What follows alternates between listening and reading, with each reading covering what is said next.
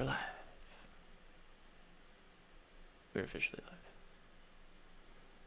Officially live. I've only had one glass of wine so far. I was trying to think of something funny to say. And I couldn't, which is why I wasn't saying anything at first. You're not allowed to speak unless you have something funny to say. This is our 5th QuarantineCast. No, it's not. Is it? Yeah. Our 5th? Yeah. Fuck. We don't have any. I was going to say we don't have lives, but we can't really do much right now anyway, so. I would like to do more of these, honestly. I know you would. Would you not? It's not feasible right now. We don't even do it once a week. You don't think it's feasible? I think it would be feasible to do it once a week, but with me doing CAP in the evenings, it's not.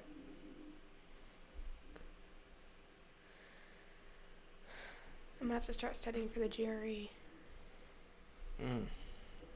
How do you feel about that?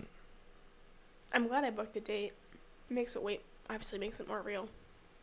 It's been weighing on me for months. It's something I have to do. Do you have a study plan? No, but I have talked to several people who have taken it and have talked to Josh about it before. When I was in the lab, I just said, hey, I'm thinking about taking the GRE. Any suggestions? And I got a bunch. I have notes in my notebook. You need to buy, study materials, or is it free shit, or what? It's not free. It's never free. Standardized shit is never free, of course. I have 3 practice exams that were free that came with the test. It's a weird way to say it. So for $205, I have to take an exam, and I have 3 practice exams to prep for it. But Josh said that if I'm going to spend money on prepping, I should spend it on practice exams, so I get more comfortable with the test and the setup and past questions and whatnot. Is 3 not enough? No. Really? Yeah. Wow. See, I would guess there would be study questions or something online or some kind of free resource like that, and then It's not free. Actually, I think there's free study questions online. I think the Khan Academy is free. That's a study. It's a study platform for a bunch of different standardized tests. I need to look into it. I'm not sure what I'm gonna do. I'm pretty sure SUNY Oswego was offering a crash course that was free or cheap. That's nice of you, SUNY Oswego.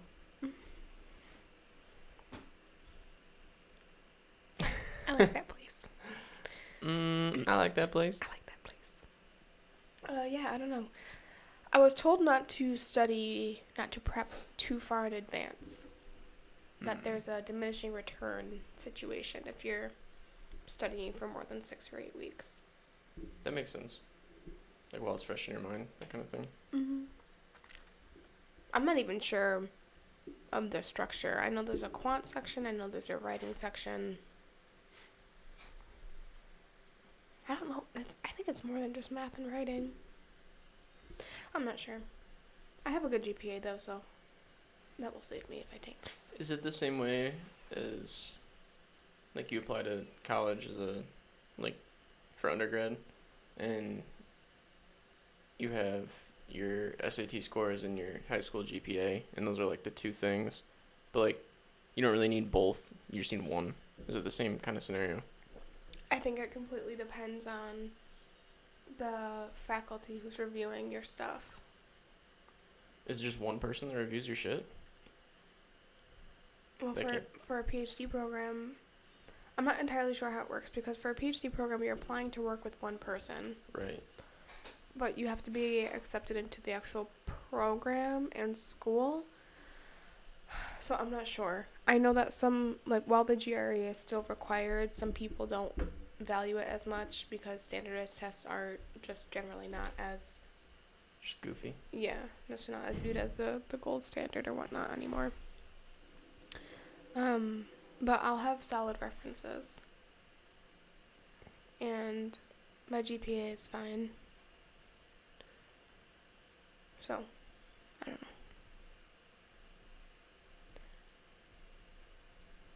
Do you feel a lot of pressure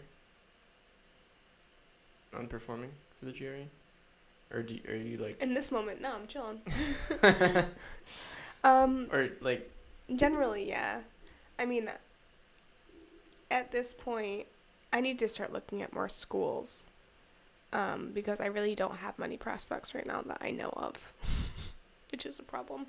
But I can't imagine another program ticking all of the boxes that the one at Colorado State does. So, do I feel pressure to be exceptional to get admitted into the program that I want? Absolutely. The faculty member that I want to work with is probably not going to be accepting students because he's one of the leading researchers in the positive psychology field. From my understanding. So what does that mean for you? I could still be accepted into the program with another advisor and still work in his lab and get that research experience and still have that exposure. So I don't think I'm too worried about it. I need to talk it through with Josh because he obviously has more intel being on the other side. So I'm not entirely sure, but I need to start looking at more programs. I need to get back on that wagon again. I have a list of a dozen or so. I just need to go through and more thoroughly look at each program and see if it's a good fit or not. Decide which columns in your spreadsheet are the priority. Mm-hmm. More or less. I listened to last night when you were doing CAP. I listened to part of a podcast with Lex Friedman.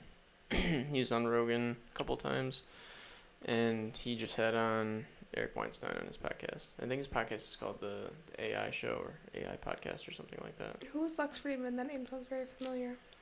It's some fucking smart dude. I don't know. What's his field or realm or whatever? I think something to do literally with AI, artificial intelligence. But I don't know details on him at all.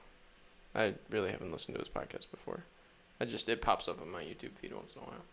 But he had Weinstein on. Oh shit, I need to check something really quick just to make sure that this thing doesn't blow up in her face. Yeah, we're good. Alright, nothing's blowing up tonight. We're good. Everything's fine. It's fine. Everything's fine. Exactly. Lex Friedman, his podcast, AI podcast. Eric Weinstein was on it, and I saw this clip on YouTube last night while you were doing CAP, and Weinstein was talking about his experience at Harvard, where he graduated from. Mm-hmm. And I was half paying attention. I was doing something else. He was talking about how there was his advisor, I believe, was running a secret seminar, secret lecture that he didn't know about, and it was on a topic that he was interested in. And I don't even think he mentioned the topic, or maybe I just didn't listen, but basically he found out about this seminar, this secret seminar, from a friend of his in Harvard, also like working at their PhD. And the friend of his said, like, am I going to see you at the secret seminar? And he was like, what are you talking about? Like, what secret seminar? And he's like, yeah, this is seminar. And so he showed up for this seminar that he wasn't formally invited to. And he described that when his advisor walked in the room, his face went like white as a ghost. And he didn't go into details because I don't think he was trying to like out people and whatever. But he was talking about how in the university structure, there's all these weird, like, secret, not necessarily secret seminars, but like protocols, nuances. yeah, to push a norms. certain agenda and Oh, yeah. and like help certain students and not help other students, such as himself. And he referred to it as, like, to the layperson, like, you go into a hotel room, or into a hotel, excuse me, and all the, like, you think you know what's going on inside the hotel. Like, you walk into the lobby and there's bathrooms and there's, the event space and whatever, and then there's the elevators and you go up the elevators and there's floors and they're laid out in a certain way and there's hallways and, like, you see the hallways and whatever. But what you don't know is in that very same building that you're in, there are secret hallways and secret areas of the hotel room that exist that you don't see, that the staff uses to, like, do their thing. And how, like, you think you know what's going on when you're in this hotel, and, like, you think you have a good grasp of the hotel as a whole, but like, there's all this secret shit going on, and all these passageways and whatever that the staff use in secret rooms and whatnot, and that the layperson, in which includes, like, a lot of people that are, like, operating within that structure, within the university structure, don't see these secret hallways at all, and, like, don't know what the fuck is actually going on. That's so interesting. It's so funny. The more I work at an R1 university that is namesake, work in a school at that university that is ranked number 1 in its study, it turns me off to academia. And I hate to say that because I love school. And I love the idea of being a professor. And I love the idea of nurturing young minds and helping them grow in a variety of ways, not just intellectually, but as a human, as a whole person. I find a university as an entity it's like such a rich resource, because there are if you know how to navigate it, there are so many opportunities and connections that you can make that can have a tremendous positive impact upon your future. And it's all I had such a good experience at Oswego, and the connections I made there got me to the point where I'm at today, and I'm forever grateful for that. But the more I learn about these, it's just so catty and petty, and the nuances and the agendas that are pushed and all of these, it's just not what I thought it was. And I've known that for a long time, but I'm settling with the fact of, like, I still want to teach and I still want to do research, and I don't think that's going to change. But I've voiced to you before that I'm pursuing the degree I'm pursuing so I can practice, so I can have another source of income, and I don't have to rely on academia for the rest of my life, because I can very much see myself getting burnt out of that environment, which breaks my heart. I mean, a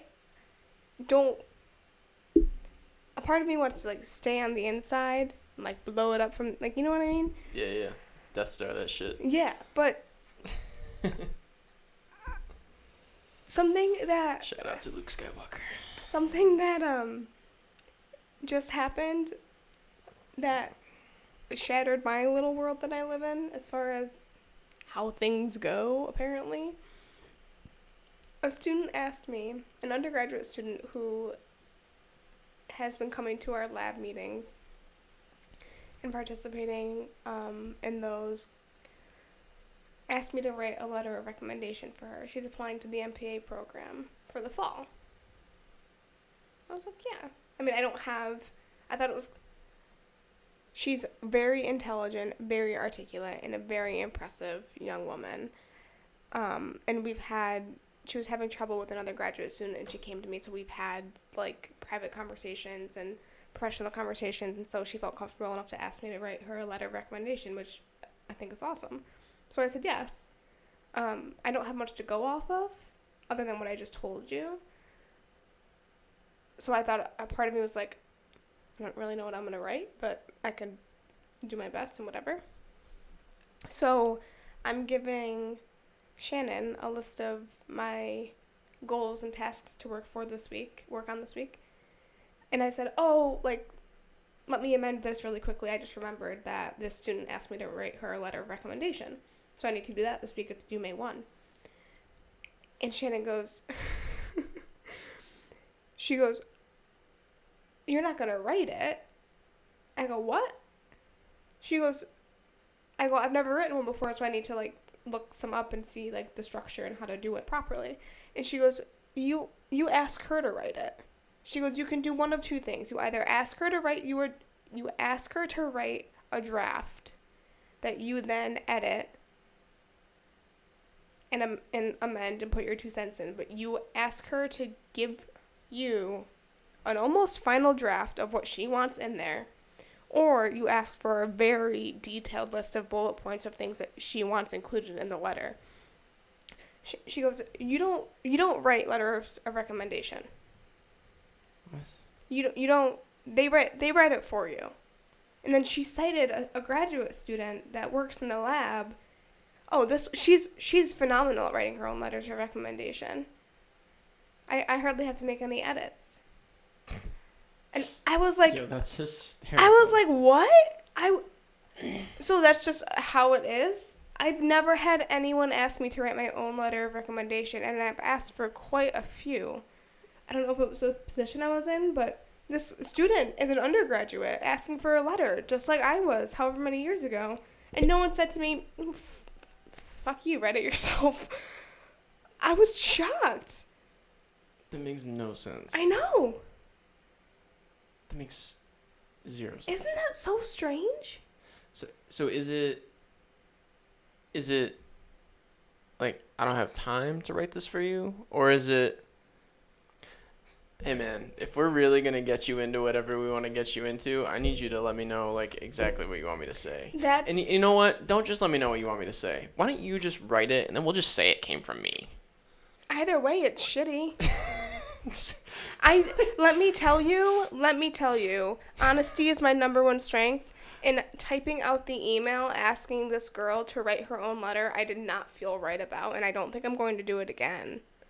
I didn't like it. She didn't understand what I said the first time. So she answered me and said, here are some things from the MPA program that they're looking for. She just copy and pasted stuff from, like, the application or their website.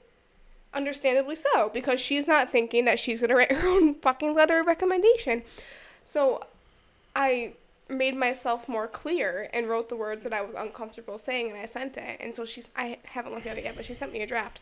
But part of me is like, is this just how a very small group of people do it? Is it because, like, now I'm in a new playing field in our own school and no one has time for anything and everyone's hard-pressed and whatever else because I was just playing in the minor leagues at SUNY Oswego? I really thought about it because I thought it was so fascinating. So Shannon's telling me this, like, you don't write these letters of recommendation. No, you don't do that. And Alex is just sitting there nodding silently in agreement with Shannon. Like, I've never written a letter of recommendation. I was like, what? That's So is the system all just everyone's jerking themselves off? Yes. The answer is yes. I don't like sometimes it. You go to the right, sometimes you go to No, the left. yourself off, not other people. Well, and other people. Everyone's just jerking each other off. You know, if you help somebody else out and you know, write the letter for them, they'll help you out in return. It comes back. What was that? They've got hands too. The ego, is that what it's called? Embedded growth obligation? Embedded growth obligation, yes. Yeah, fuck that. I don't... Either I'm going to land in a really nice, small liberal arts school and not have to worry about this shit, or work for a state school that doesn't have to worry about this shit, or I'm not going to last in academia. That's so disheartening. Isn't it? I might write my own. I don't feel right about it. I think you should, honestly. I don't feel right about it. I think you should. Do it. It'll take you a little more time. Well, the thing is, so what I wrote to her, because it's true, we've had limited contact with each other. The only thing I have to show and to support her is that she seems very enthusiastic and knowledgeable and well articulate about these areas of interest. She is thoughtful and professional and has meaningful contributions to our professional lab meetings, but I've never seen a written sample of her work besides this letter. I don't really know. Actually, that's not too sure. One brief that had a lot of rounds of edits. But I don't have much to go off of. So I wrote to her, like, seeing as we've had limited contact together, please write me a draft, including some things. Since we've had limited contact, like, can I, like, why don't we just block out an hour on so-and-so day next week? And, like, I want to hear about why you want this letter and, like, what you're looking to do. And, like, give me more context on you. And set up an interview with her that's not like, hey, I'm going to interview you. But just, like, you know, let's talk. Because I want to know more about... The word chat. I want to know more about you before I write you this letter of recommendation. And not in, like, a... But fundamentally... So there's two things here. One, she shouldn't have asked me. What do you mean, why? I don't have the relationship with her. I don't have anything to say. The letter that I would write for her, whether I spend an hour with her or not, is going to be generic. I'm not one of her professors. I wasn't working with her closely to achieve her professional goals. She started sitting in on our lab meetings. I had distant contact with her sometimes for 2 hours a week when she came to the lab meetings, which was not even consistent. I really don't have much to go off of. Can you imagine writing a letter and being like, yeah, she's kind of committed to shit? No, she's truly fantastic. I can tell. But that's good. I can't say she's truly fantastic. I can tell. Yeah. Yeah, of course. And something else that my mom taught me, which is phenomenal advice. You always say to the person who you're asking for a letter, do you feel comfortable writing a positive letter of recommendation? Are you comfortable being a positive reference for me? Because they could say, yeah, I'll be a reference for you, and blow your shit up. Mm-hmm. So you say positive. So they can say, you know what? You didn't really impress me. So if you're looking for a positive reference, I'm not it. Yeah, I feel like when you say that, though, you're, like, in the marketing world, you can, if you're a business owner, you can ask your customers to leave you a positive review, or you can ask them to leave you an honest review. And I get that it's a different thing, but one, obviously, there's a little bit of a, hey, you know, help me out kind of thing, versus, like, no, just, like, give me an honest. That's fair. But that doesn't exist in academia. And she's competing against people that are all sending their drafts to somebody who's going to write the letter for them. Like, I know, it's so fucked. It is fucked. So, like, anything less than perfect isn't going to get it done, because everybody else, like, that's where the bar is at. I will never forget when I was in high school and I was applying for this scholarship. I got the scholarship. What? Go me. It was a oh my god, I'm such an asshole. I think I know what you're gonna say. Tommy Mitchell scholarship. I'm quite sure. For what? Oswego? For college, yeah, but it was a Tommy Mitchell scholarship that was for hockey players in the high school hockey league. And those were the only people eligible for it, and it was in memory of this guy Tommy Mitchell, who I never met, but I played hockey with his stepson, I believe, for a lot of years. and knew the father pretty well and whatever. He actually is or was a part owner of the Binghamton Senators at the time, now the Binghamton Devils, I believe. But anyway, I'll never forget that I found out that somebody else who was applying for this scholarship, like you had to write a letter like why you think you're deserving of the scholarship and whatever. And I'll never forget that I found out somebody who was applying for it didn't write their own letter. Their mom wrote it for them. And I was like, That kid's really, bro? That kid's fucked up for a lot of reasons. No, honestly. The fact that his mother is writing those letters, okay, that's fucked. Okay, well, how is that more fucked? No, as in, like, the mom is screwing him. Like, as a human being, that kid should write his own letter. And the fact that his mother is doing it for him, that's not a good parent. It's sacrificing the long term for the short term, is what it is. It's saying, which I understand, but not saying is justified by any means. Right. And to be honest with you, like, I know the mom and the kid used to know them quite well, and they're actually very great people. Like, I don't doubt it. Doesn't mean that the parenting's subpar.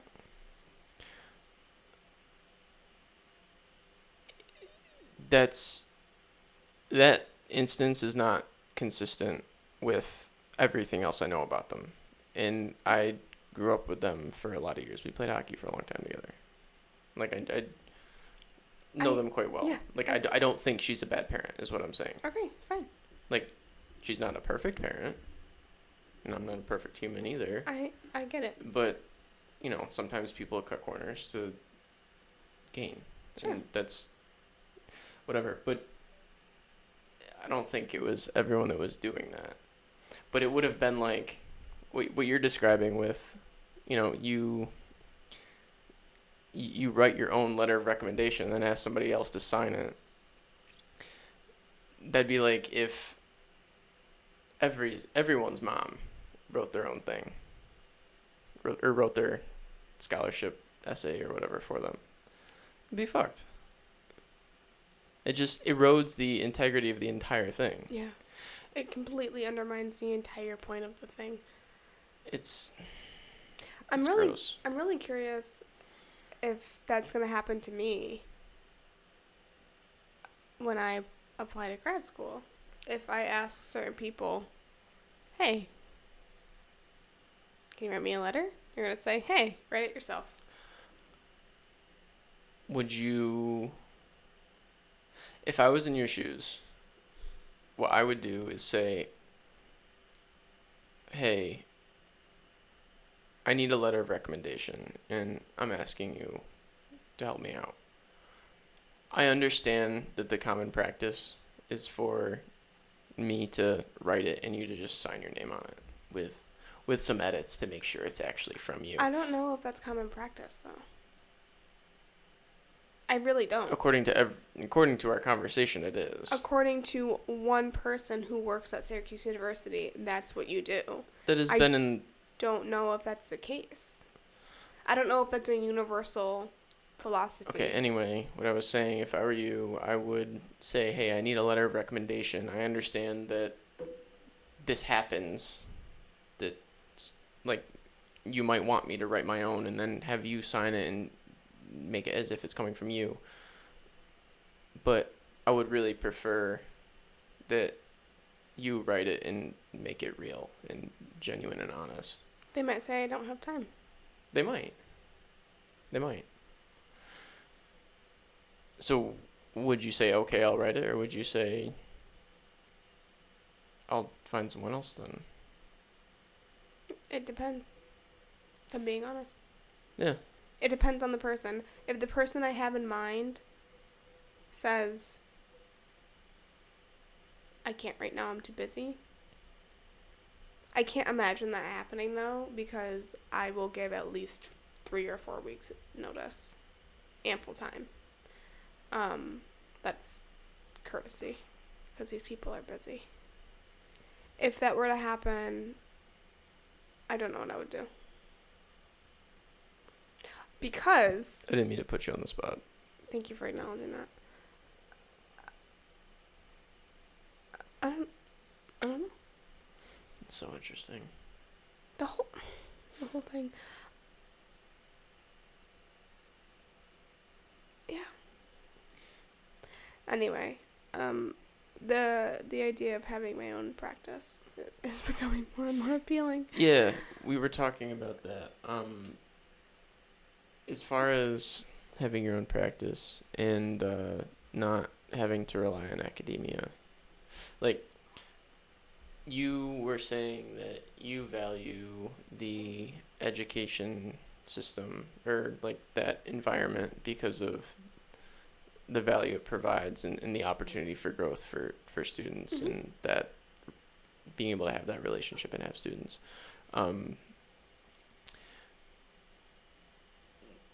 That in my mind, you can foster that relationship outside of academia. With who, though? Where do I find those people so readily? Well, if you are known well enough in your field and have a good enough track record that you're well known, that people want to work with you, like, picture this. Ready? Picture this. Tony Robbins takes on 10 students to do what he does. And he announces, I'm going to take on 10 students. I'd say... And I understand he's an extreme example. Pick me. But he could do whatever the fuck he wants with all of the thousands of people that are going to want to do whatever the fuck it is that he asked them to do. Like, they're going to jump at it because he has proven himself and has established himself as such an expert in what he does that it doesn't matter if he has a PhD next to his name. It doesn't matter if he's in academia or not. Mm-hmm. Like, he can do what he wants with that, and everyone has that opportunity. Like, if you are that good and you have that much value, you have that much of a track record, you can build those kinds of mentor-mentee relationships outside of the academia system. Absolutely.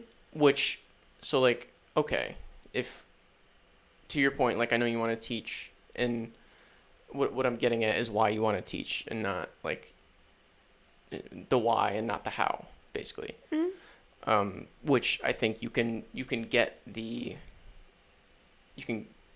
why outside of the how of academia in terms of teaching. Oh, yeah. In terms of research, you're much more limited. Right.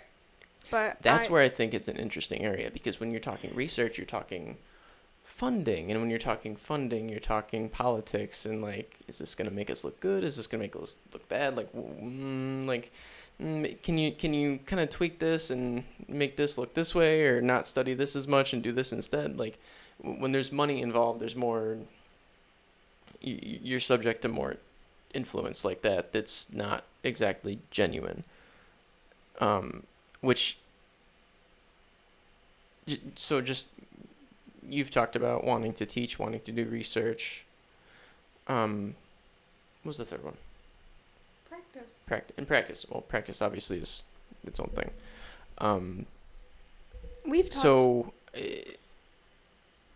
to me, in terms of the use of academia, teaching is much more, like, teaching in academia, or academia is more expendable in terms of teaching than research, in my eyes. Like, you can replace that relationship outside of academia, whereas research, You can't really... You can't. Like, you can, and you Well, can do informal things on your own, and, like... And there are research institutions and government agencies that you can work for. A university is not the only place that you can conduct rigorous research. Right, but, so, like, take Weinstein, for example. Just put out some crazy fucking theory on physics. There's no paper.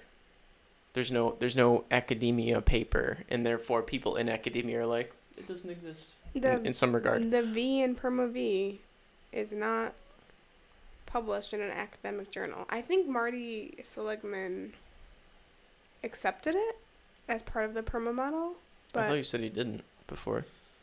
I feel like I read something that said that he did. Anyway, Regardless, yeah. the vitality tenet of PERMA is not published in an academic paper. Therefore, it's not as widely used. It's not used in research. There's research to support the mind-body connection, of course, but in that standard model, that I don't think that exists in the academic literature. So let me ask you this. Do you think it should exist? Yeah. Okay. Well, then what's wrong with the system to the point where we can't acknowledge it because it's not formalized? So many fucking things. Okay. So therefore you can kind of get around that in a way that's just not exactly best practice. Not even that. I mean, I just put stock in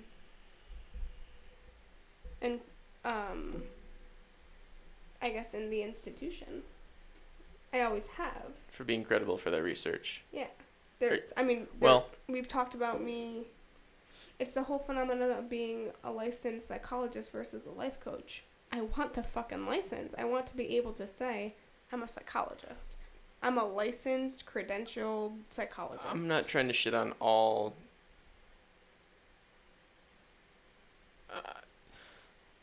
Can we back up for a second? What, Oh, I just lost my train of thought. What, Oh, this is what I was getting at. Or, this is what I was going to ask. How does the university relate to the academic journals? Are the academic journals owned by the university? No. So they're independent? Like independent Yeah. governing bodies? Yeah. What? Editors of academic journals and reviewers of academic papers are, to my knowledge, faculty members who work at universities. But the journal itself is not affiliated with any one university. So I to guess, my understanding, but so- that's a fantastic question. so what is the requirement to be able to publish in an academic journal? Does it have to be through a university?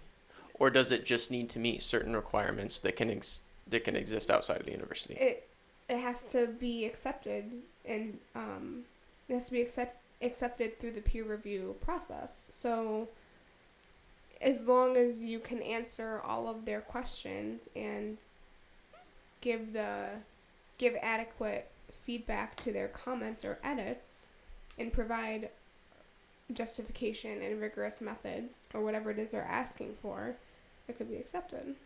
So it doesn't have to come out of a university then, specifically? Specifically, no. Okay. But So, hold on. I'm continuing to answer your question. Specifically, no. But I cannot, especially with how the institutions are now, I cannot imagine getting a paper published without being at a... So is that because you can't have a paper published unless you're a professor at a university? Is what you were... That's not true. Okay, but you can't imagine that happening. That's what you just said. I'm trying to formulate my thoughts and talk through this, and you're not letting me do that. I know, but you're I'm trying to get at something, and you're kind of taking it in another direction. So I'm trying to answer your question. And you did answer the question. The part of the question I wanted you to answer. What I'm saying is, how influenced are the academic journals and these editors to the point where it's a political game, it's a political world, and they're only going to really look at people that are coming out of a university, and even if you do meet these standards, they're going to come up with reasons that you're falling short because you exist outside of the ecosystem. I don't know, because what I was going to say is that there are research institutions like Gallup and VIA and like all these government bodies too that are conducting research with people who have PhDs. So I don't know. It's all political. I don't have enough insight. I don't really want to fucking know. I think it's all disgusting. I think the fact that all you have to do is listen to Brett Weinstein. Like, that's disturbing. That story is disturbing. And it's disturbing that we still put so much stock in academia, in those institutions that are shutting out real, legitimate, and thoughts about it, because I've always loved school and I've always valued the institution. But you're not blind to the hypocrisy that goes on. No. If I was, I wouldn't be here, and you know that. True. Yeah, I mean, we didn't start this podcast to start shitting on the institutions. not intentionally, but they kind of brought it about to themselves, it seems like. Or should we talk about how they're great because student loans? I'm just kidding. But you know what? At the end of the day, and this is 100% anecdotal, and I recognize that, but I think I squeezed almost every single drop out of my, if Sunya Oswego and my 3 technically years there was like a wet towel, I think I squeezed almost every single fucking drop out of that towel that I could. Granted, I did that, and I took the initiative, and I fully understand that, and I know that students don't do that and don't think to, which blows my mind. Get out what you put in. But I had such a positive experience during my undergrad, and it was a holistic experience. It wasn't just academics. It was so much more. SUNY Oswego offered me so much more. The only downside was that I'm buried in debt because of it. Just a little small caveat.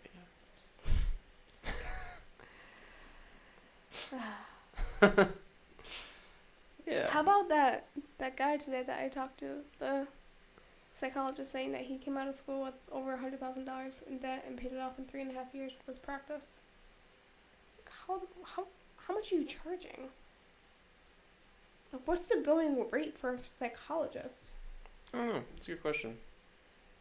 Google it. He also says that he has 30 or 40 clients. Is that abnormal?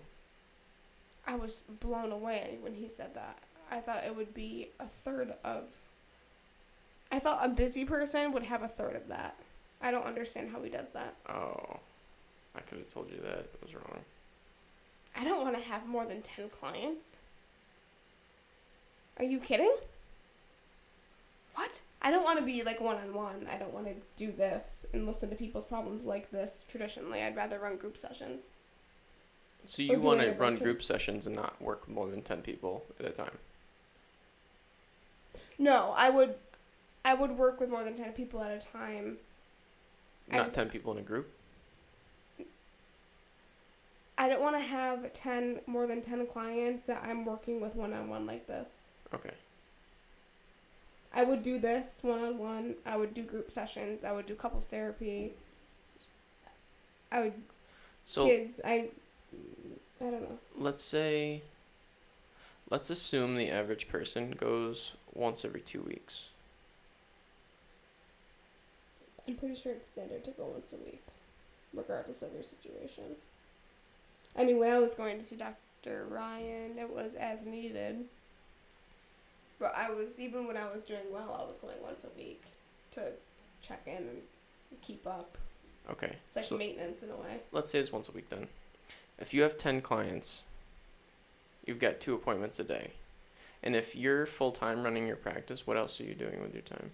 If you've only got 2 actual, appointments a day. Like, do you really think that's full time? I don't know. I haven't thought about it.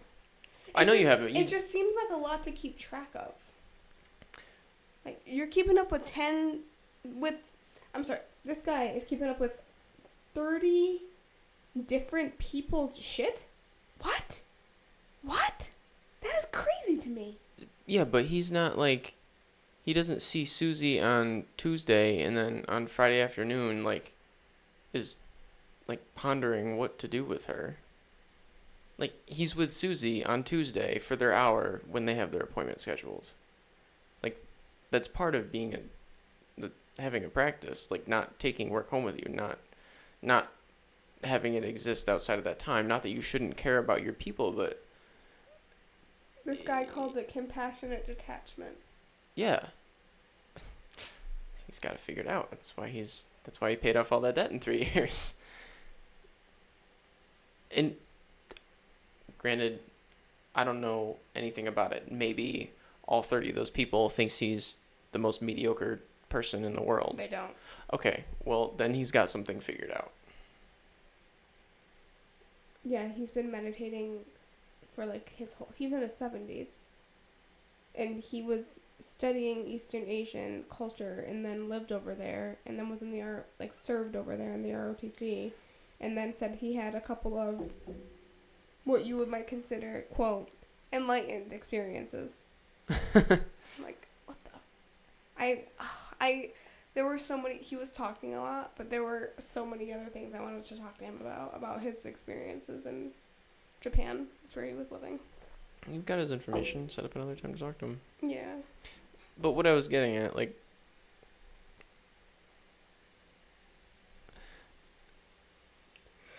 I don't picture, like, if you only have 10 clients, I don't picture that being sufficient. Like, that doesn't seem... Well, I've never considered practicing being full-time. I've always thought about doing research and practicing, or teaching and doing research and practicing. I think eventually I would... Right, okay. I think eventually I would transition to, like I said, getting out of academia. But I don't want to spend my day sitting across from someone in a stuffy room listening to their problems. I want to use my license to do more dynamic things, like run group sessions, run programs, work for a company. Like, this guy is contracted with a nursing home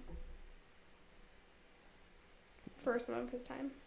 Mindfulness seminars at greenhouses. Yeah, like, with how the wellness world works now, and with technology and everyone popping up to be a life coach, and the entrepreneurial spirit and that field, I could figure something out. I'm not worried about that at all, especially with my experience in program development. I could and then something up. You'll have that PhD thing too. It's those letter things. Which we've talked about. Take that weekend class to get or whatever. We've talked about.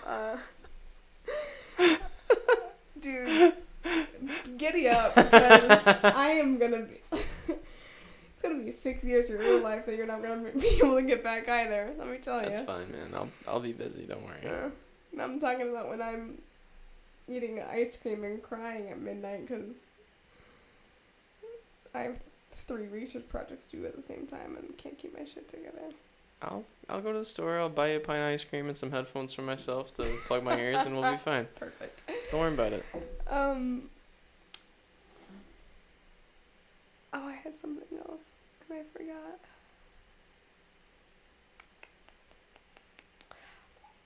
So we've talked about before. This is truly not what I wanted to talk about on this podcast, for the record. But we've talked about before. I feel like whenever we do this, we end up talking about my future, and it's weird. I don't think that's true at all. I feel like at some point this comes up. Keep going. We've talked about before how the value of PhDs will probably decline. Yes. I think the value of being a licensed psychologist will not. Interesting. Why do you say that? There's a dire need for them. Just basic supply and demand. Yeah. Whereas PhD is high supply, low demand. For jobs in academia, yeah. During the conversation with Eric and Lex, they were talking about the secret hallways and whatever. And When you said that, I thought of Harry Potter. they were talking about that and how they use the words or the phrase like they know not all their students are going to survive. Like they were talking about their students as if Jesus Christ. they were talking about their students as if they were like their kin and who would survive and who wouldn't. But in the sense that like some are gonna be well known and prevail in their field, and some are gonna fall off and get a job at a bank. Like just you know what I mean.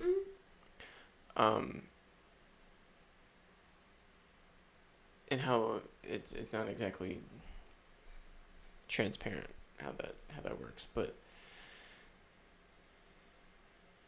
it spoke to the idea that there's a lot of PhDs and not as much demand for them as there are, but a licensed psychologist, to your point, is a whole different thing. You know who has a PhD in Greek? Mike's wife. Yeah. When she told me that, I was like, what the fuck? She was like, yeah, I don't know. I wanted to study it. I just did it. Like, I don't understand how you can just do that. I think it's fucking gangster. I think it's gangster too, but Gangster. she's not using it. Yeah, it's wild. Yeah, I'm gonna spend 6 years of my life, which is what, like upwards of 5%. A sixth of her life at that point. Not a more sixth. than. If you live to 80, a sixth is 10 plus years. No, at that point in her life though, she wasn't 36. Oh, yeah. And it took her 6 years. She was. I'm pretty sure she's in her low 30s. And if we're talking about your adult life, I'm only 4. According you're to not even 4. your philosophy. Oh, you're right. You're right. I graduated at I'm turning 3 this year, 21. and you're now 23. How old am I? 24. Details. That stupid time thing. So something that I wanted to talk to you about. Talk to me about it. Kristen Neff's video. What was her name? Kristen Neff? Neff. Mhm. Okay. What do you got? What did you think about it? I never talked to you about it after you watched it. This video was a TED Talk, and she was talking a lot about... Can I explain who Kristen Neff is? That's why I was asking you. Thank you. Go on. Oh, well, make that explicit. I don't know. I can't read your mind. Kristen Neff is a leading researcher on self-compassion. She calls herself in this video an evangelist for self-compassion, a self-compassion evangelist. She has a degree in human development. I think she classifies it as educational psychology or human development. Or no, I'm sorry. She has a degree in human development, but she works in the educational psychology department. I want to say I think it was UT Austin, but I might be lying.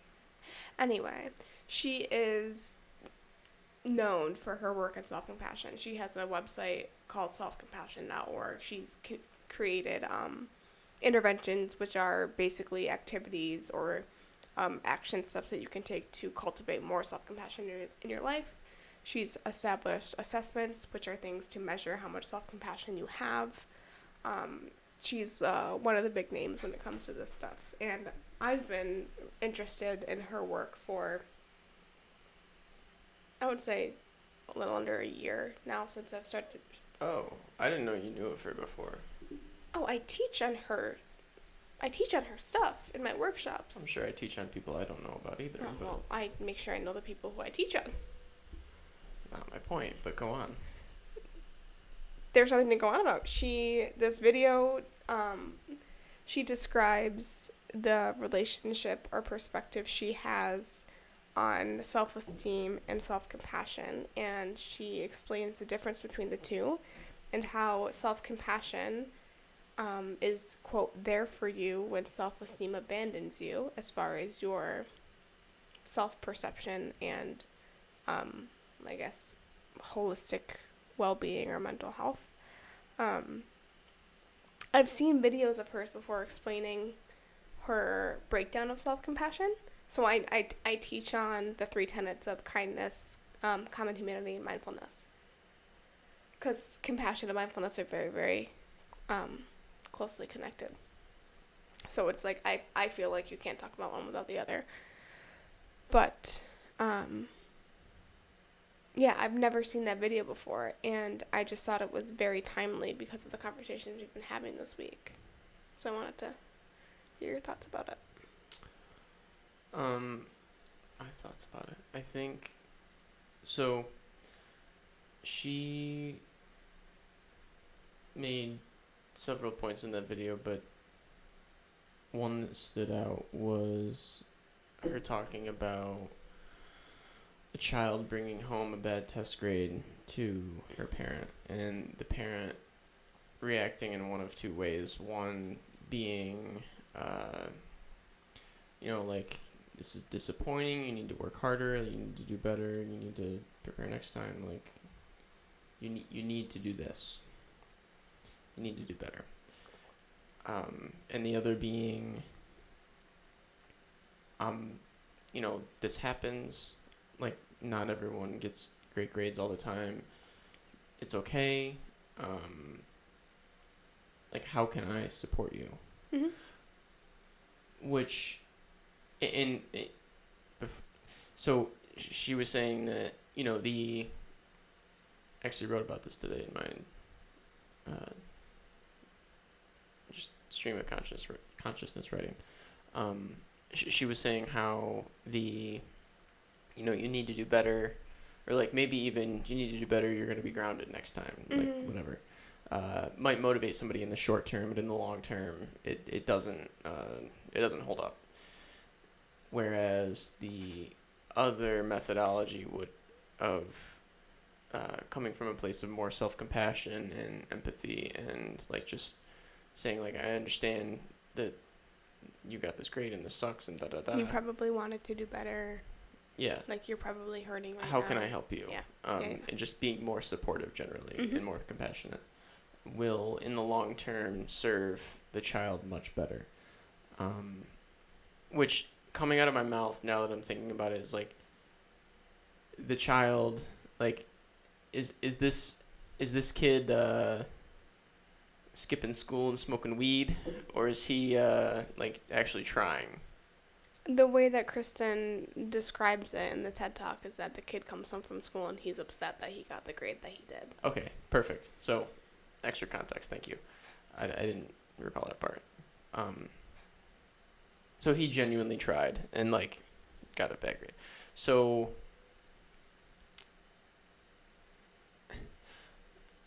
it's funny, actually, this just came to mind. One of the things my dad always told me growing up was, like, it doesn't matter if you win or lose, it's how you play the game. Mm-hmm.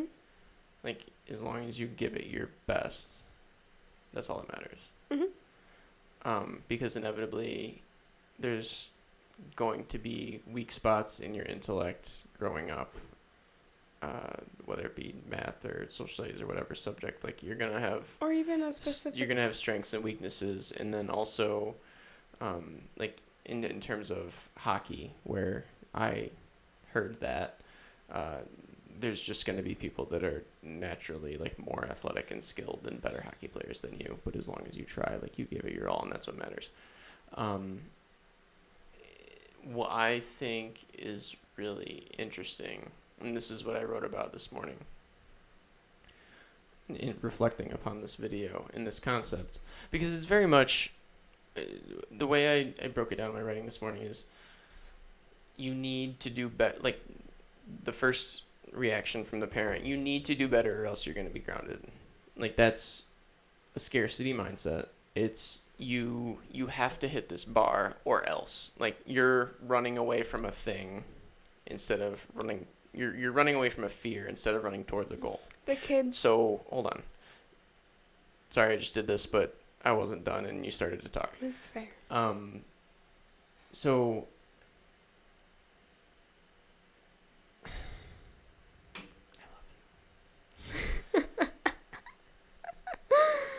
So,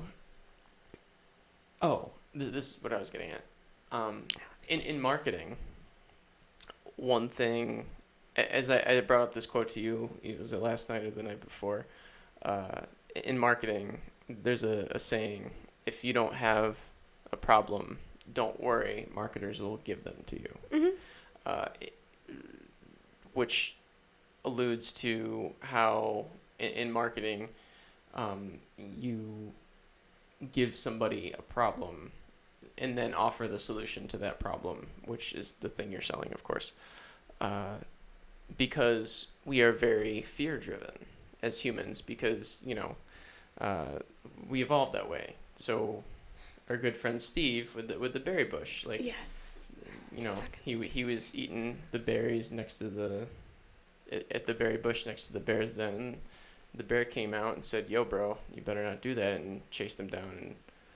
And he was running away from the bear. It's a survival mechanism. We're very fear-driven, fear-oriented in that way, which is why, like in marketing, fear is such a powerful tactic, and you see this demonstrated in various studies as well. Obviously, not studies she cited on this thing and on this TED Talk, because she did allude to research, but there's the classic study of people are more motivated by or motivated at the thought of losing $5 than they are at the thought of gaining $5. Negativity bias. Yes. The negative's more powerful. Well, but not in the research that she's citing. That's what I'm getting at. If that were true in all cases, then the first response from the parent would be more powerful and more impactful. Do you know what I'm saying? I do. So hold on, I'm not done. So what I was... Okay, then stop. What I was getting at is, I think because we've demonstrated, such as the $5 thing, that in Steve and in the fear response and being fear driven in marketing, like obviously we're motivated by fear, but on what time frame, I think is the big thing. Like in the short term, maybe we are, I should say, more driven by fear, like. But in the long term, that fear wanes, like that you better do better next time or else you're gonna be grounded. Like eventually, like you just don't care. Like you're just gonna get grounded, and that's the way it is.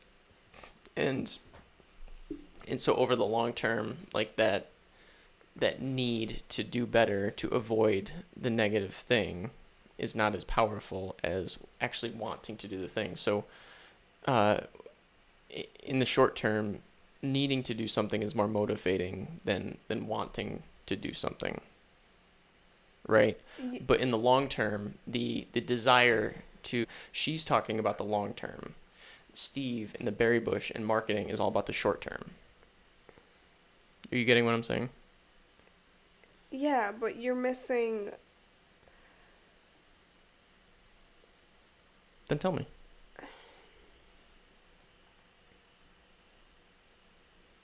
I I lost what I was going to say. She opens up the talk explaining self-esteem, and that self-esteem is contingent on your success.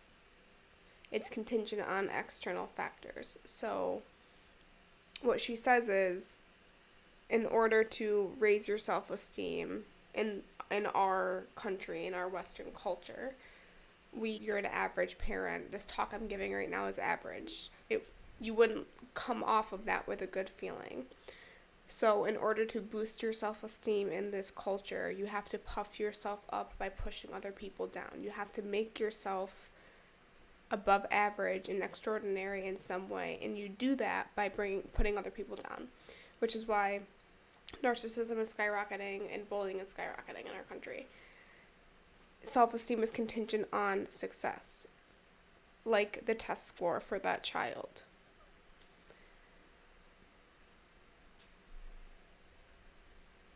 Self-compassion is coming from a different angle, and instead of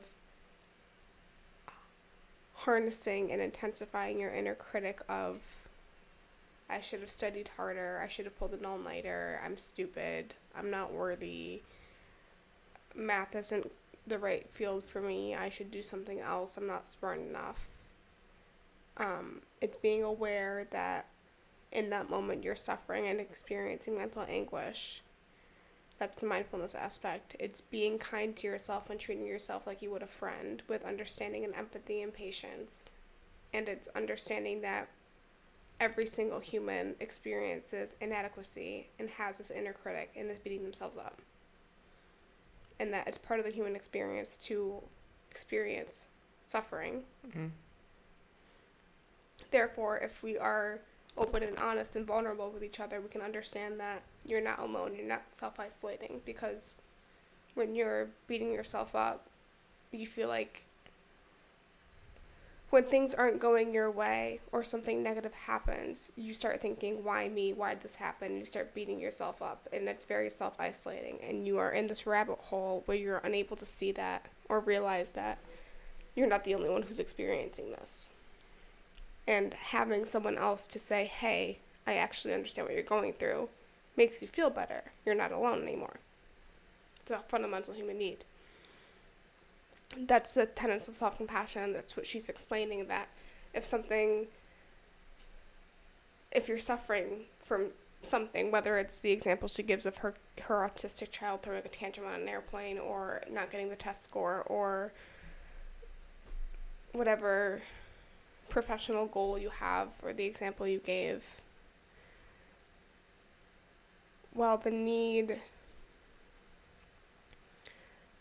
I just feel like your example doesn't fully grasp what she was saying. I think you were just further trying to solidify what you already think about marketing and being fear-driven. And I feel like what she was saying and what you were saying don't completely overlap. Because she also mentions that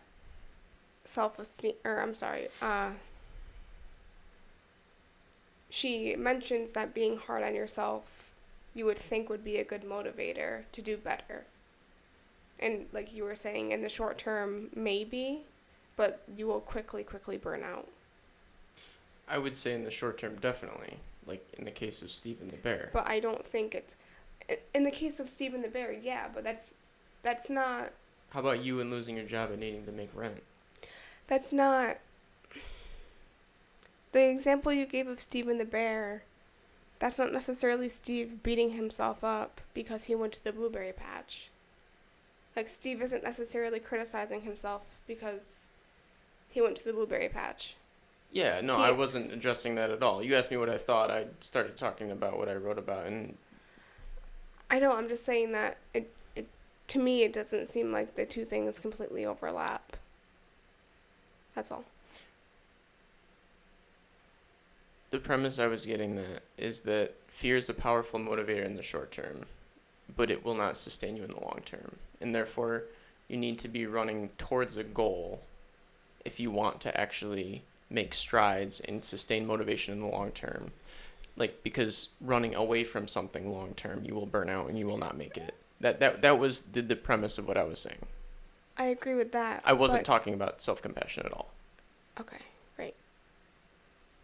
I opened up the conversation thinking we were going to talk about that, though. Well, you asked me what I thought about it, and I told you I wrote about this, and these are the thoughts that I had, and I'm sorry I didn't take it in the direction you wanted. No, it's fine. So what do you think about the premise I laid out then? I agree with you. We've talked about that. We've beaten that to a dead horse. You're either. Oh, I don't think we have. You're. I've never come to that conclusion before. You're either moving. Oh, maybe it's just because I'm doing cap, and that's what we've. I've never come to that conclusion before in relation to time frame.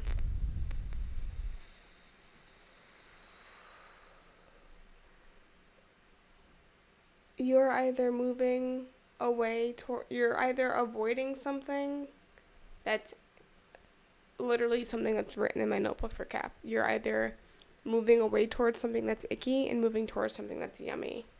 Mm-hmm. I agree with that. But that doesn't take in, like that, what you just laid out doesn't take into account the scope of time. That doesn't include the variable of time. So adding to what you just laid out, because I agree with you, we've beaten that dead horse of what you just said, icky or yummy, or goal or fear. We've beaten that horse for sure, but I've never thought about it in terms of like how it relates to a time period. You know what I mean? Mm-hmm. I'm trying to. So that was a novel thought to me. I'm trying to remember. I don't think criticism. So I think it's so nuanced. For me to say, shit, I didn't do as well as I thought I didn't do as well as I wanted to. For me to go, I have two options here. I can look at why objectively didn't that happen. Either I didn't put in all the effort that I could have, and therefore that's my answer. So let's say I had a project for work and the feedback I got on it was shit. I can go two ways. One of which is I'm stupid, I'm lazy, I'm nearsighted, I didn't do what I needed to, I didn't listen to those people, I'm such an idiot, I'm not cut out for this job, why am I even here, I don't deserve this. Obviously, that's being very self-critical. The other is saying, I didn't hit the mark. Okay, why is that? Did I put in the effort? Did I put in all of my effort that I could have towards this project? I answered that question. If the answer is no, then that's my answer. But I don't go down the path of, you're lazy, you're stupid. It's just, I didn't put in the effort I needed to, and I learned, and next time I'll put in more effort. That's compassion. Yeah. That's understanding that the mental anguish and suffering that I'm experiencing is the disappointment that I have that I didn't hit the mark I wanted to. It's acknowledging that. It's not avoiding it. It's just acknowledging it for what it is. And asking myself, how can I support myself in the future to do better? The answer is asking for help, more time, extending the timeline, like whatever it is. That's compassion. Mm-hmm. No, I'm with you. That's productive. I agree. So it's not, but that's not fear-driven either. That's me wanting to do better. Yes. But, and that's okay. Short term. Yeah, it is. So take the scenario I alluded to earlier before you clarified about the kid and the test score. So say the kid is just a high school burnout, smoking weed, and doesn't really care about his grades. Okay. If he takes the self-compassion route and says, like, it's alright, I'll do better next time. And, like... That's not compassion. That's not self-compassion. That's not being honest with yourself. Because you're fucking around. But in his mind, it's self-compassion. Because... Then he's not being honest with himself. Okay. But...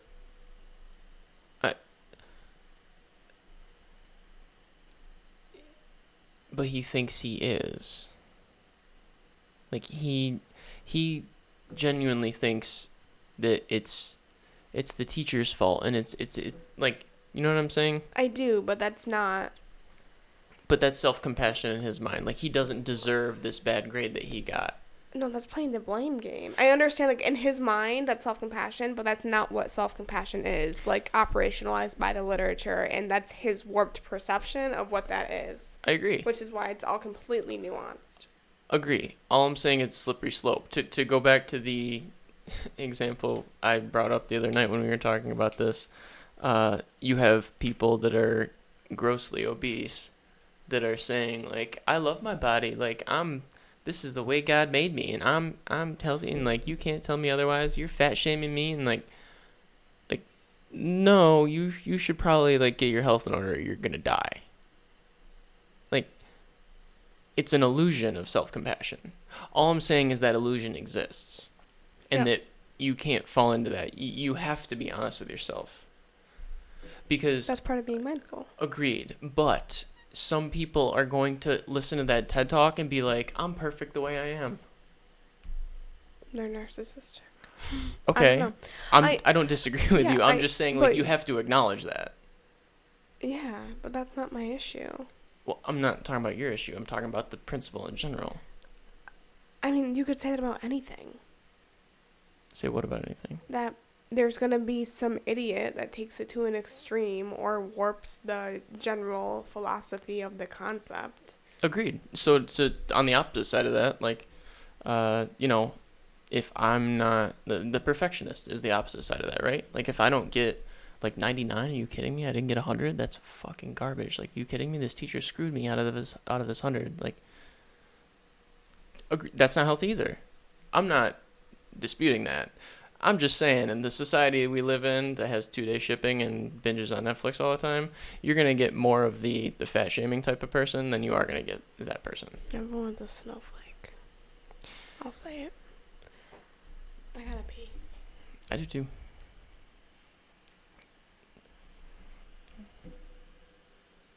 Do you want to continue? Okay. Intermission.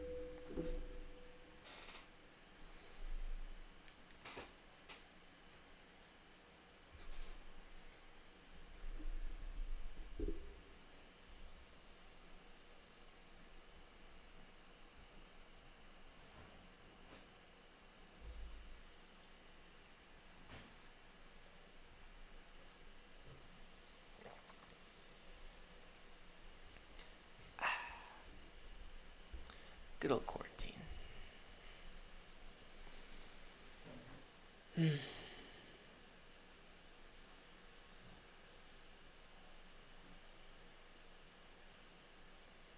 Hello.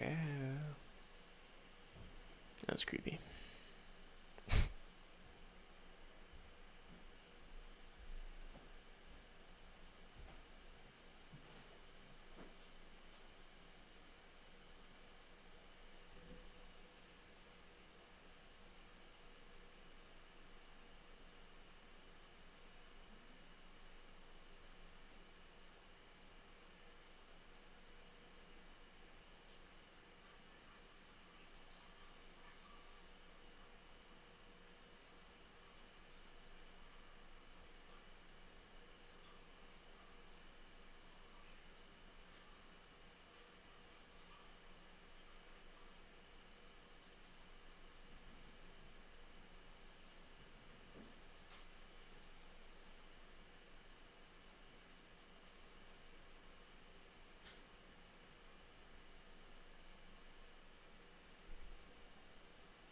What if this is on the mic?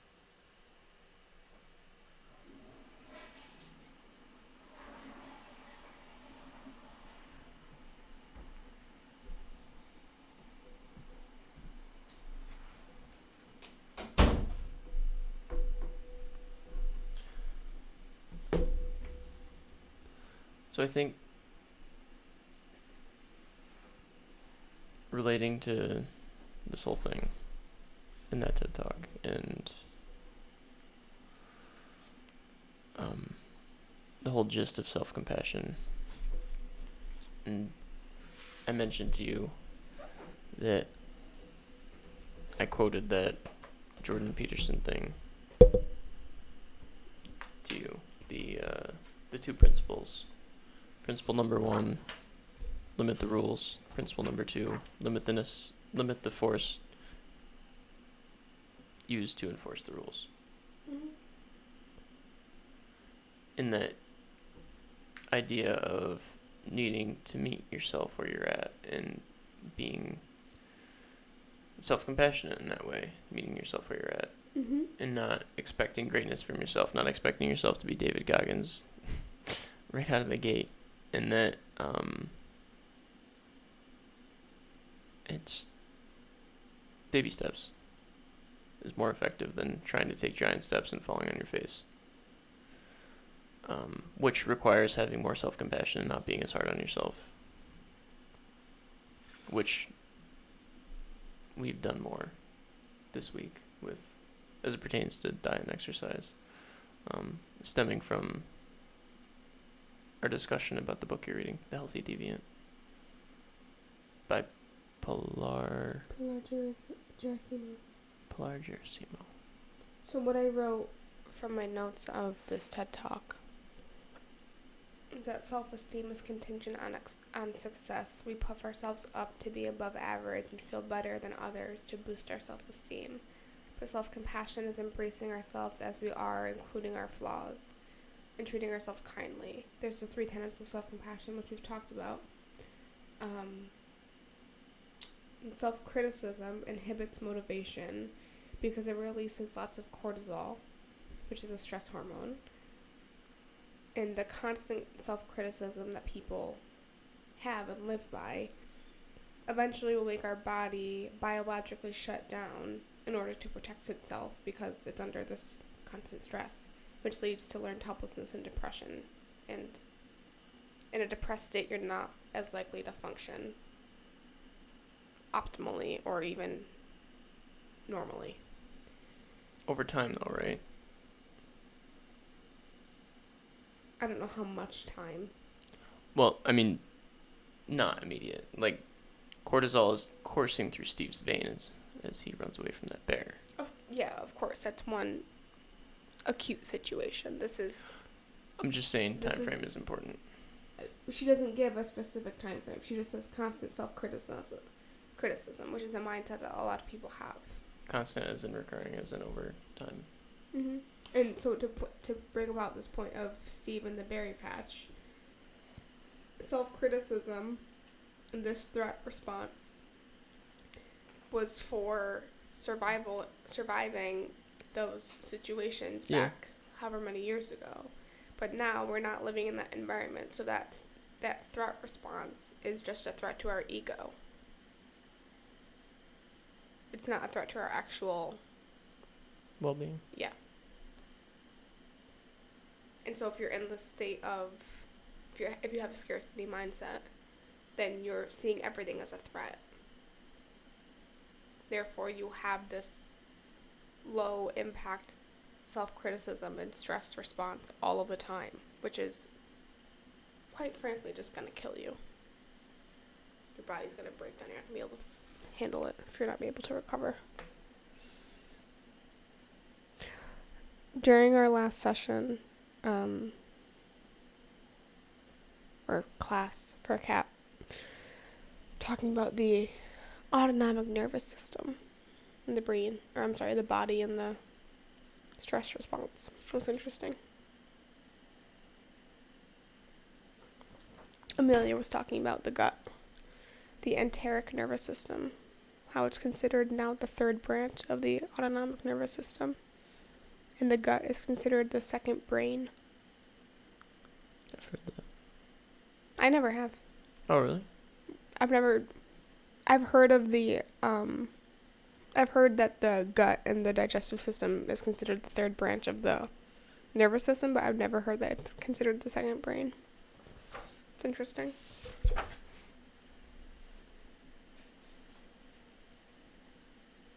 I feel like I haven't been talking to you about what I've been learning in CAP as often as I'd like, because I get done with class and it's 10:30 and I want to pass the fuck out. But I've been learning a lot of cool stuff.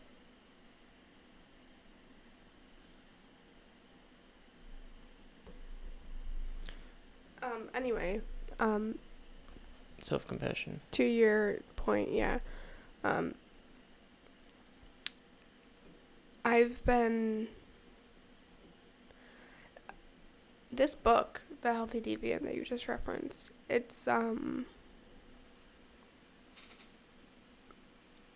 shifted something inside of me. And I don't know if I have words to describe or articulate accurately what that is, but I feel just different. Like the concepts that we've talked about since we've met and the things that I've been learning as far as mental health and like even mindfulness and all that stuff. Like the reason that I was drawn to mindfulness in the first place, I learned about it 2015, 5 years ago. And I was drawn to it because I was bad at it. I learned the concept in a textbook, and I was like, what the... You can be in the present moment without worrying about the future. Like, that's a thing? Like, you can practice that? I literally didn't know. And I was drawn to it. And so I learned about it in a textbook, but only started embodying it a handful of months ago. And with that, I have cultivated more self-compassion. But this book is just... I don't know. It's... The shift that I feel and the week that I've had this week is really profound. I've had one of the best weeks, like I was saying to you earlier, I've had one of the best weeks, like, ever that I have had in a really fucking long time. I feel very responsible for that. Not for you having this best week. I've hardly fucking talked to you this week. I feel responsible for you having not had this best week until now. In terms of the chart we have on our freezer and the board and like pushing discipline thing and setting that bar too high. As we talked about, like I very much have just set a bar too high for myself, inevitably fallen short, and then like the repercussions of that, of like not achieving things, and then just pushing yourself and expecting yourself to do better next time, like, is just a bad cycle and not self-compassionate at all, counterintuitive to all the things we just talked about, because that is a long time frame kind of thing. And I feel like I've rubbed that off on you quite a bit, and I feel responsible for Don't. in a lot of ways. I feel not responsible. I feel like I've been a not good influence at the very least. Don't. Well, that's just to not acknowledge that is just not true. I don't think I'm shocked that this is the first time I'm hearing of this on a podcast, if I'm being honest with you. And I don't know why you've chosen to bring it up right now. But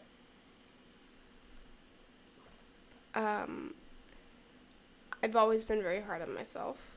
And I've always put a lot of pressure on myself to achieve things and accomplish things goals that I've set. And I don't think you've influenced me in a negative way. I think you've just highlighted that part of me, let's say. You've brought that to light, and I don't think that's a bad thing. I think for you to be responsible for any of my behavior or actions is bullshit, because we both know that we're responsible for our own actions. Agreed. That wasn't the right word. I think I think highlighting that is a negative influence, though, and I don't think that's ignorable. I am so grateful that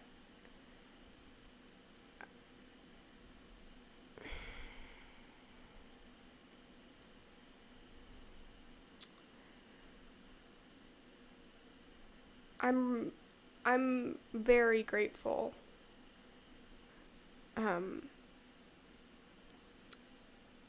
All that is to say that this has been something shifted inside of me, and this is just further proving that.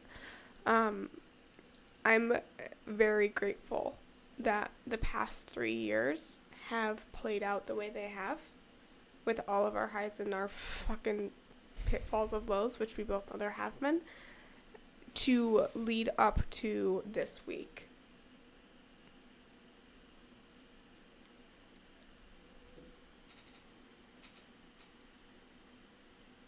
I don't really have other words to say other than that I'm really grateful. Because I think you being the stubborn ass that you are, if things played out differently in any way, then the behavior that you indulged in before having these conversations, and you not practicing any self-compassion,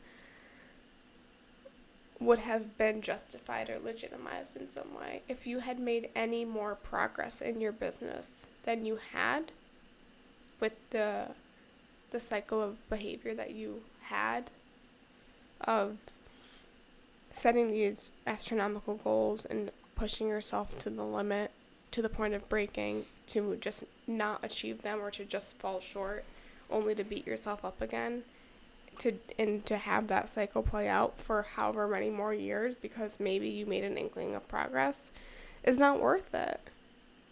It's not worth it for you, and it's not worth it for me. It has killed me to watch you treat yourself the way you have over the past 3 years.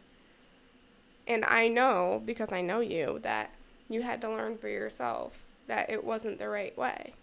And I didn't know how long it was going to take for you to learn that. And I'm really glad that you figured it out. You should have just read this stupid book sooner. It's your fault. I had that book for a while. So you were fucking me for how long?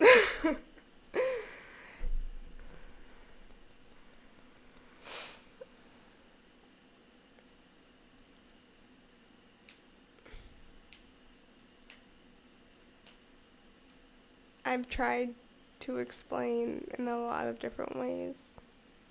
Well, I shouldn't even say that. There were a few times where I tried to bring up, like, hey, you kind of have a fixed mindset about this.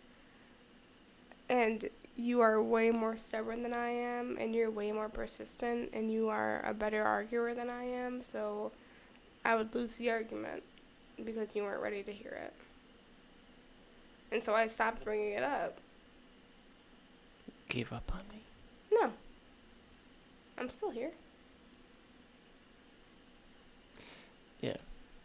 I've definitely become wiser as I've gotten older. As some people do. Easy. Not the people in You're North 24. Carolina. Okay, I don't think it's crazy to say you get wiser as you get older. I know, I'm just teasing. Unless you're in North Carolina wearing a MAGA hat. Trying to open the country back up. Then you went wrong somewhere. But yeah, I don't think I understood the principle that I described earlier. Minimum necessary force. Limit the rules, limit the force necessary needed to enforce the rules. Don't be your own dictator. You're a bad employee and you're a worse boss. Yeah. Something else I thought of, as far as the chain of events and the conversations we've had this past week revolving self-compassion. I feel like in the past we've had this terrible cycle of doing something that we both don't want to be doing, whether it's like eating a bunch of ice cream, watching a bunch of YouTube, like those terrible habits, right? And I fucking hate SVU. And I want you to know that. I fucking hate SVU passionately. No, you hate that you love it. No. I hate that. I hate that it's stimulating. That's just and easy to get hooked into. How they make the show. But I genuinely fucking hate it. I haven't thought about it until you brought it up. Thank you for interrupting me with that. But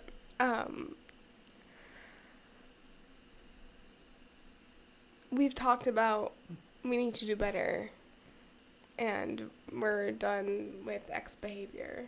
And then however many weeks later, look where we end up. How many times have we had that conversation? Several. We need to do better. Countless.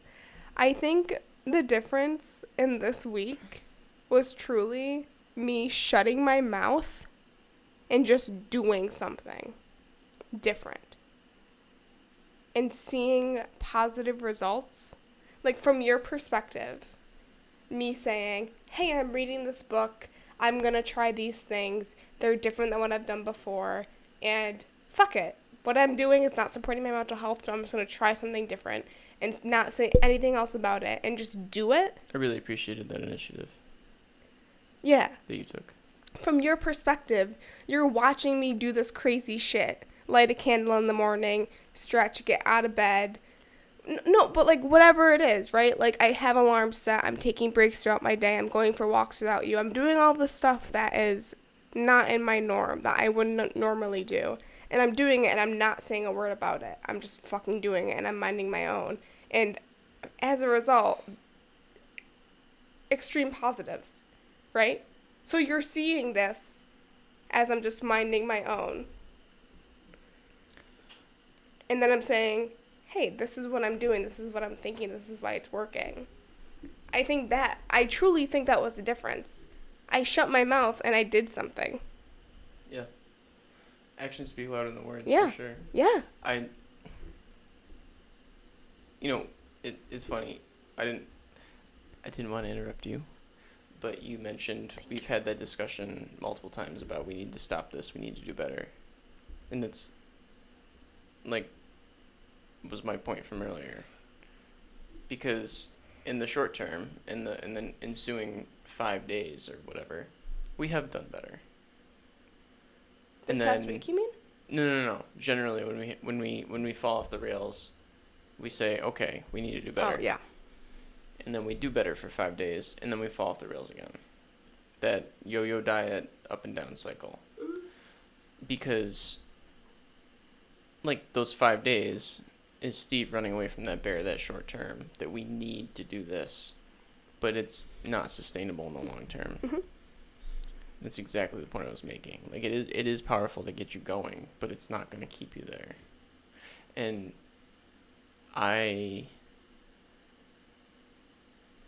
I'm all about learning, trying things, experimenting, that kind of thing. You know that.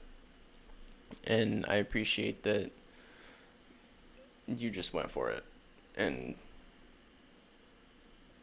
I have to. And to be fair, it's been what, a week? Not even. Let's see how we're doing a month from now. Totally fair. Yeah.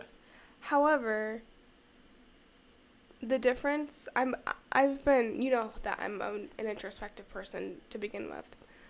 And I've been really reflecting on, like, the past week. And I've been writing in my journal when I'm taking breaks, at what time, what I'm doing, how I'm feeling, checking in with myself.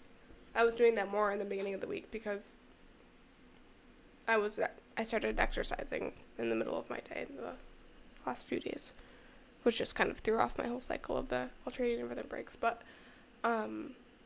nonetheless, I've been really checking in with myself and reflecting on this behavior, and I don't want to stop doing it. Like, I noticed today. So wine's really good. So maybe stop drinking as much wine, but not eating as much popcorn. It's so fucking good. I fucking love popcorn. Self-compassion. I let myself have popcorn the past few days because I stole some from my parents. Yanking your chain, dear. I know, but the thing is, like, I haven't even thought about it. I've decided I'm gonna have popcorn, and then I have popcorn, and I enjoy it, and I savor it when I have it, and then it's over. Anyway,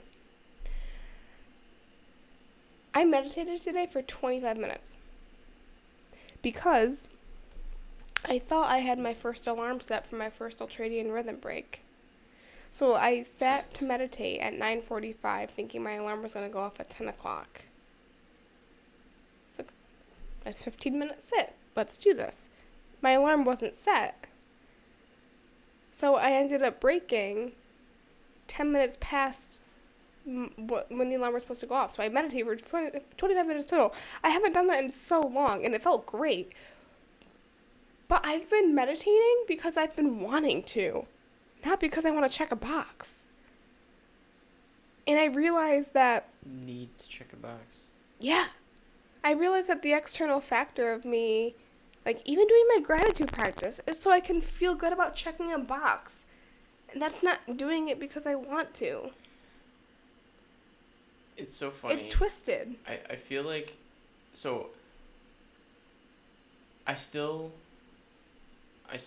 think that the gamification thing has merit and has value. And, like... But it's secondary. Like... Let me put it this way. Instead of the way we were using it, so we have a board, a dry erase board on our fridge, on the freezer at the top, and because it's, you know, old school fridge, and it has the freezer on the top, and It is. yeah, that's worth noting. It's worth noting. I don't ever want to have a fridge where the freezer's not on the top. A bottom drawer freezer. Fuck that. Just stupid. I want a top freezer forever. Mouth breathing bottom freezer people. So we have this dry erase board, and we have on there, like, you know, good eats, like diet, exercise, meditation, and gratitude.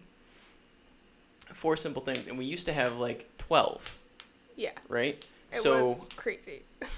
It was crazy. We simplified, which I'm glad we did. I think too. that was a step in the right direction. Absolutely. But I think an even more important step in the right direction would be, right now, I think it's good that we're kind of just whatever and ignoring it.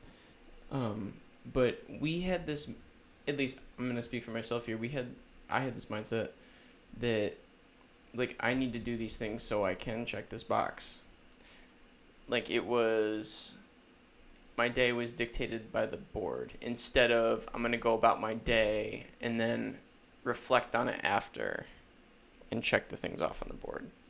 Like, you know what I mean?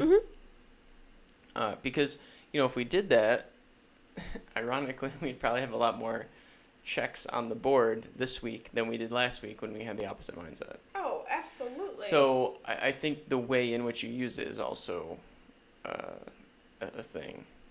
But, so agreed. But I keep myself accountable enough where if I'm not checking a box and I haven't meditated for 2 days, I'm going to sit and meditate because I know it's good for me and I know I enjoy it. And I don't want to get out of the habit of not meditating, so therefore I'm going to meditate. Even if it's not every day, it's going to be consistently and frequently. It's the same thing with exercise. It's the same thing with diet. I agree with you to an extent. But I think if you have the mindset about the board, like I described that we should have, like you're going to the board after the fact and not thinking about the board and then doing the thing. If you have that mindset, right? So 4 out of 5 days a week, you just do your thing because you want to. And then that 5th day, you're really feeling like shit. But you have that board to be the motivator you need to hold yourself accountable to do the thing even though you don't want to do it. Because you know it's good for you. Like there is merit to the idea of discipline equals freedom. I don't think I don't think it's one or the other. You know what I mean? Yeah, but I know myself, and first of all, we have those fucking points from... So what we were gonna do was play a little game between us and count up our points from the board each week and keep track of them. Then by the end of the month, whoever had the most points got to pick, I don't know, some trip we went on, some like day adventure, something, some sort of reward for us for our behavior. Positive reinforcement. Right. And that hasn't happened. We're keeping track of the board, and we have over 200 points each. For the first time ever, I'm beating you, not for nothing. And we haven't done anything with it. So the motivation and the reason behind doing it is gone. So now it's just this weird thing of, like, it's accountability for sure, and the fact that it's in our faces on our freezer is powerful. But that's adding excess pressure to me when I already have pressure on myself to do these things because of a host of body image issues that I've had my entire life. It's not good pressure for me. Having this week and being liberated from my habit tracker and my bullet journal and the board has been the best thing, because guess what? I haven't done the kettlebell routine that we put together, but I moved and sweated for over an hour today. And it felt fucking good. Like, really good. And I had fun doing it. I don't disagree. And I'm not saying that I'm going to, like, I still have the wherewithal of different types of exercises are good. I've been stretching every day. In the morning, I've been doing challenging yoga routines. I've been swinging the kettlebell, and I've been doing cardio. I'm still ticking all of the boxes that I want to as far as exercise go. But I'm just enjoying it because I'm checking in with myself and saying, what do I want to do today? What is my body feeling? I'm tight. Maybe I'll just do yoga for 45 minutes and stretch out and focus on my breath and just take it easier today. I haven't moved the kettlebell in a few days. Okay, I'll do that. I feel like I need to sweat it out. I'll go for a run. Like That's, you said to me, earlier. that's the long game. Well, agreed. So, let's give it time and see how it plays out. It's been less than a week. Yeah. Oh, for sure. I'm not saying I'm never going to track my things again. I created my habit tracker for May in my bullet journal. I have that all set up. I'm intending to pick it back up eventually, but I just need to decompress a little bit. Not from the even whole that. thing. I need to reframe my perception of what that is for me, and I guess reshape my relationship with the whole thing. I don't know if I'm going to do the board on the fridge. I have all those habits in my bullet journal. Keeping your bullet journal in. A part of me feels like it's good to have it on the board because it's in my face. Whereas I can just put my bullet journal away and not look at it or think about it. But this week has been incredible. And I haven't fucked off and ate ice cream and sat on my ass watching SVU for 2 days like I have in prior weeks. Go figure. Let's talk again in a month. Yeah. Like you said before, we've done this several times and said we need to be done with this behavior, done with this, But I don't have diet that. or whatever. I don't have that And attitude anymore because saying that, like, we need to be done with this. That's self-criticism. I don't disagree. What I'm saying is we've said that before and then done well for a week, just as we had a good week this week. I feel different about this. Because Well, yeah, we're doing something different. I hope you feel different. Yeah, well, But the results are going to speak for themselves. Agree. So let's see how it goes in a month. And I'm not trying to be I'm not trying to be cynical. You just seem very much like it's already done.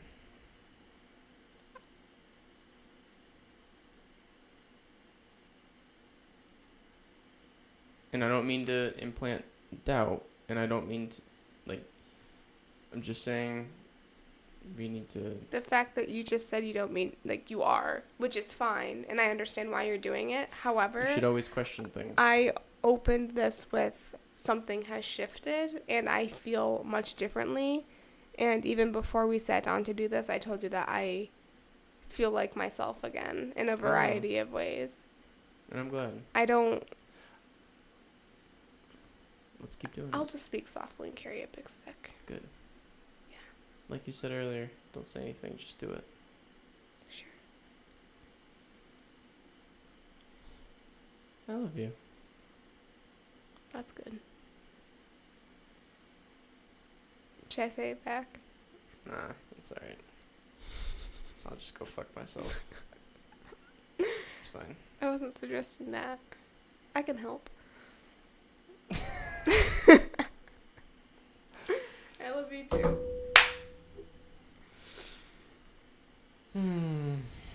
What do you say? You gonna wrap this up? Yeah. This is good shit, dear. Yeah. Stupid fucking academia and self-compassion. Good shit. Right? That was a good summary, right? Yes. Bye.